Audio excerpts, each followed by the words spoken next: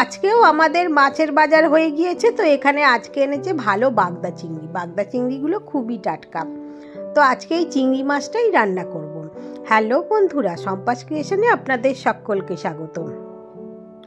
আজকে তৈরি করব এঁচোড় দিয়ে চিংড়ি মাছ। এঁচোড় দিয়ে চিংড়ি মাছ খেতে খুবই ভালো হয়, একেবারে কালিয়া এঁচোড়ের চিংড়ি মাছ দিয়ে। এটাই আজকে রান্না করছি। তো প্রথমে আমি এই যে এঁচোড়গুলো সামনের দিকটা কেটে দেবো, দিয়ে শুধু পিছনের দিকটা রাখবো। বন্ধুরা, আপনাদের যদি আমার রেসিপিগুলি পছন্দ হয় তাহলে অবশ্যই আমার চ্যানেলটিকে সাবস্ক্রাইব করার অনুরোধ করছি। তো এঁচোড়টা প্রথমে সিদ্ধ করে নিচ্ছি। এখন এঁচোড়টা কুকারে সমস্ত দিয়ে দেবো, দিয়ে এটা সিদ্ধ করে নেব। তো এঁচোড় বসিয়ে দিয়েছি। এবারে চিংড়ি মাছটাকে একটু পরিষ্কার করে বেছে নিতে হবে। এর খোলাও ছাড়ানো নেই কিন্তু একদম। একে খোলা ছাড়িয়ে মাথার কাছে ময়লাটা বার করে দেবো, আর পিঠে সুতো কালো যে সুতোটা থাকে নোংরাটা সেটা পরিষ্কার করে দেবো। করে দিয়ে মাছগুলোকে এইভাবে বেছে নেব। চিংড়ি মাছগুলো এইভাবে বেছে নিচ্ছি। এখন মাছা হয়ে গিয়েছে সমস্তই আমার চিংড়ি মাছগুলো। এবার সর্ষের তেলে আলু ভেজে নিলাম, তারপরে আলু তুলে নিয়ে জিরে ফোড়ন দিয়ে পেঁয়াজটা ভালো করে ভেজে নেব।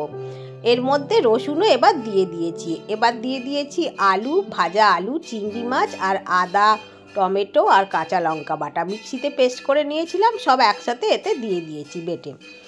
এটা ভালো করে কষাতে হবে। পরিমাণ মতো এতে হলুদ দিয়েছি। ভালো করে না কষালে কিন্তু এটা ভালো লাগবে না খেতে। এবার চিংড়ি মাছ দিয়ে ভালো করে এটাকে কষিয়ে নিচ্ছি। তো এখন সিদ্ধ যে এঁচোড়টা আছে সেটা দিয়ে দিলাম, দিয়ে আবারও একটু ভালো করে কষিয়ে নেব। এঁচোড়টা হাফ সিদ্ধ করে রেখেছি।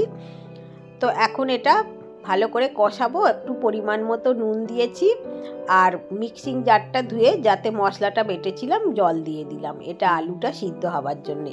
এখন সিদ্ধ হয়ে গিয়েছে আলু। পরিমাণ মতো ঘি দিলাম, ঘি দিলে খুবই ভালো খেতে লাগবে, আর একটু জিরে গুঁড়ো দিয়েছি।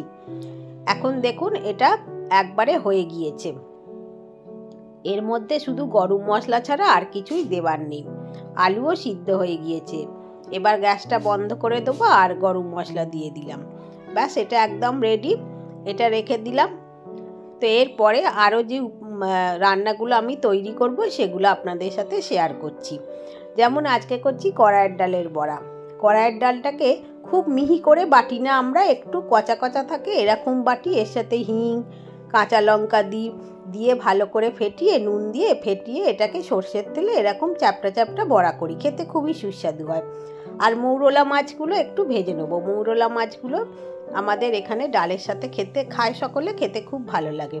সব রেডি হয়ে গিয়েছে। এখন কড়াইয়ের ডালের বড়া, বেগুন ভাজা, এটা হচ্ছে ওই মৌরলা মাছ ভাজা, আর এই এঁচোড় চিংড়ি। সব থেকে সেরা স্বাদের খাবার এটা।